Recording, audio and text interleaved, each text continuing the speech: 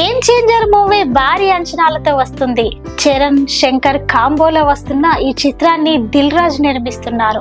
Triple R తర్వాత చరణ్ నుంచి వస్తున్న పాన్ ఇండియా మూవీ కావడంతో ఎలాంటి రికార్డ్ సెట్ చేస్తుంది అనేది ఆసక్తిగా మారింది. ఇదిలా ఉంటే ఈ సినిమా గురించి ఓ ఇంట్రెస్టింగ్ న్యూస్ బయటకు వచ్చింది. ఇంతకీ ఏంటా ఇంట్రెస్టింగ్ న్యూస్? గేమ్ చేంజర్ కోసం తెలుగులోనే కాదు తమిళంలో కూడా చెప్పుకోదగ్గ బస్ కనిపిస్తుంది. దర్శకుడు శంకర్ బ్రాండ్ తో పాటు పొంగల్ బరిలో ఇది తప్ప చెప్పుకోదగ్గ ఫ్యాన్ ఇండియా మూవీ వేరేది లేకపోవడంతో మీడియా అటెన్షన్ దీని వైపు బాగానే ఉంది.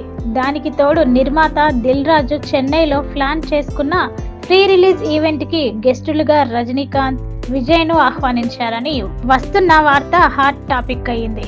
వీరిద్దరిలో ఒక్కరు వచ్చినా అదిచ్చే బూస్ట్ మామూలుగా ఉండదు. అయితే ఖచ్చితంగా తెలియాలంటే కొంచెం ఆగాలి. ఇక్కడ మరో ఇంట్రెస్టింగ్ టాపిక్ ఉంది. గేమ్ చేంజర్ కథకు ముందు శంకర్ అనుకున్న హీరో విజయ్, కానీ కుదరలేదు. ఈ కాంబోలో 3 ఈడియట్స్ రీమేక్ నబ్బాన్ వచ్చింది, కానీ ఆశించిన ఫలితం అందుకోలేదు.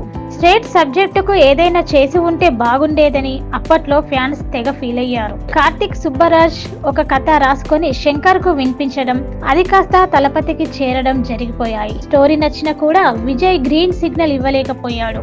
దీని స్థానంలోనే బీస్ట్ ఒప్పుకున్నాడు. అలా చేయి మర్చిపోయి దిల్ రాజ్ ద్వారా శంకర్ రామ్ చరణ్ ని కలుసుకోవడం, వెంటనే ఎస్ చెప్పుకోవడం జరిగాయి.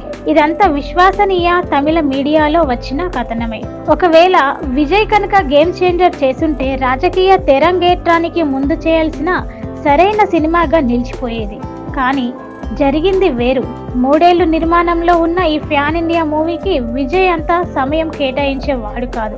కానీ ఇండియన్ 2 అడ్డంకులు లేట్ చేశాయి తప్పించి, మామూలుగా అయితే శంకర్ టార్గెట్ 2 సంవత్సరాల లోపే రిలీజ్ చేయాలని అజిత్ విడాముయాచి వాయిదా పడడం వల్ల ఆ ఆనందంతో విజయ్ ఫ్యాన్స్ గేమ్ చేంజర్ కు పూర్తి మద్దతు ఇస్తున్న వైనం సోషల్ మీడియా ట్రెండ్ లో కనిపిస్తోంది. చూడాలి మరి గేమ్ చేంజర్ ఎంతవరకు మెప్పిస్తుందో.